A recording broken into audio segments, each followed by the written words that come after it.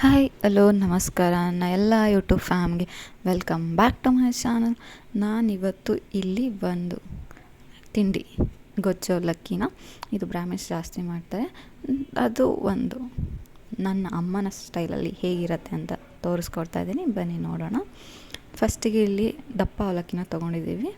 ದಪ್ಪ ಅವಲಕ್ಕಿನ ಇಲ್ಲಿ ತರಿಯಾಗಿ ಪುಡಿ ಮಾಡ್ಕೊಬೇಕು. ತರಿಯಾಗಿ, ನುಣ್ಣಗಲ್ಲ. ಅಕ್ಕಿ ರವೆ ಇರುತ್ತಲ್ಲ ಆ ಥರ ತರಿಯಾಗಿ ನೀವು ನುಣ್ಣಗೆ ಮಾಡ್ಕೊಬೇಕು. ನೀವು ಮಿಕ್ಸಿ ಮಾಡ್ಕೊಬೇಕಾದ್ರೆ ಅವಾಗವಾಗ ನೋಡ್ಕೊಬೇಕು, ಇಲ್ಲಾಂದರೆ ಫುಲ್ ಏನು ಅಕ್ಕಿ ಹಿಟ್ಟು ಥರ ಆಗಿಬಿಟ್ರೆ ಚೆನ್ನಾಗಿರಲ್ಲ. ಇದು ತರಿಯಾಗೇ ಇರಬೇಕು. ಈಗ ಮಿಕ್ಸಿನ ಮಾಡ್ಕೊತಾ ಇದ್ದೀವಿ, ಬಟ್ ಮಾಡ್ಕೊಬೇಕಾದ್ರೆ ಅವಾಗವಾಗ ನೋಡಬೇಕು, ಇಲ್ಲಾಂದರೆ ಫುಲ್ ಹಿಟ್ಟು ಥರ ಆಗೋಗುತ್ತೆ, ರವೆ ಥರ ಇರಬೇಕಲ್ಲ. ಹಾಗಾಗಿ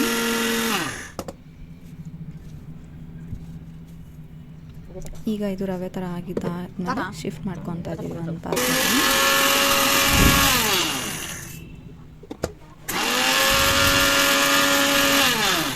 ಇದು ನಿಮಗೆ 1 ಕಪ್ ಹಾಕ್ಕೊಂಡ್ರೆ ಇದು ಏನು ಮೇಲೆ 2 ಕಪ್ ಆಗುತ್ತೆ ಆ ಥರ. ಈಗ ಒಂದು ನಿಂಬೆಹಣ್ಣಿನ ಗಾತ್ರ, ದೊಡ್ಡ ನಿಂಬೆಹಣ್ಣಿನ ಗಾತ್ರ ಹುಣಸೆ ನೆನೆಸಿಟ್ಕೊಂಡಿದ್ದೆ. ಆ ನೀರನ್ನು ಈ ರವೆ ಏನು ಮಾಡ್ಕೊಂಡಿದ್ವಲ್ಲ ಅವಲಕ್ಕಿ ಅದಕ್ಕೆ ಹಾಕ್ಕೊಂಡು ನೀಟಾಗಿ ಕಲಸಿ ಮತ್ತು ಬೇಕಂದರೆ ನೀರನ್ನು ಆ್ಯಡ್ ಮಾಡ್ಕೊಬೋದು. ಇದು ಒಂದು 15 to 20 ಮಿನಿಟ್ಸ್ ನೀಟಾಗಿ ಕಲಸಾದ್ಮೇಲೆ ಎತ್ತಿಡಬೇಕು, ಯಾಕೆಂದರೆ ಒದಗಬೇಕಲ್ಲ. ಹಾಗಾಗಿ ಹೇಗೆ ಅವಲಕ್ಕಿ ಮಾಡ್ಬೇಕಾದ್ರೆ ನೀರಲ್ಲಿ ಹಾಕಿರ್ತೀವಲ್ಲ ಹಾಗೆಯೇ ಇದಕ್ಕೆ ಹುಣಸೆಹಣ್ಣಿನ ರಸ ಹಾಕಿಬಿಟ್ಟು ಎತ್ತಿಡೋದು ಒಂದು 15 to 20 ಮಿನಿಟ್ಸ್. ಇದು ನೀಟಾಗಿ ಒದಕತ್ತೆ, ನೋಡ್ತಾ ಇರ್ಬೋದು ಹೇಗೆ ಆಗಿದೆ ಅಂತ. ನೆಕ್ಸ್ಟ್ ಇವಾಗ ಒಂದು ಬಾಣಲಿನ ಬಿಸಿಗೆ ಇಟ್ಕೊಂಡಿದ್ದೀನಿ. ಅದಕ್ಕೆ ಒಂದು 7-8 ಟೇಬಲ್ ಸ್ಪೂನ್ ಆಯಿಲ್ನ ಹಾಕ್ಕೊಂಡಿದ್ದೀನಿ. ಆಯಿಲ್ ಬಿಸಿ ಆದಮೇಲೆ ಶೇಂಗಾ ಬೀಜನ ಹಾಕ್ಕೊಂಡು ನೀಟಾಗಿ ಫ್ರೈ ಮಾಡ್ಕೊಬೇಕು, ಕರುಮ್ ಅನ್ನೋ ಥರ. ಇದು ಫ್ರೈ ಆದಮೇಲೆ ನಾನಿವಾಗ ಸಾಸಿವೆ, ಜೀರಿಗೆ, ಕಡಲೆಬೇಳೆ, ಉದ್ದಿನಬೇಳೆ, ಹಾಗೆ ಸ್ವಲ್ಪ ಹಿಂಗು ಮತ್ತು ಇದಕ್ಕೆ ಒಣಮೆಣಸಿನ್ಕಾಯಿ, ಕರಿಬೇವಿನ ಸೊಪ್ಪು ಇಷ್ಟನ್ನು ಹಾಕ್ಕೊಂಡು ನೀಟಾಗಿ ಫ್ರೈ ಮಾಡ್ಕೊಬೇಕು.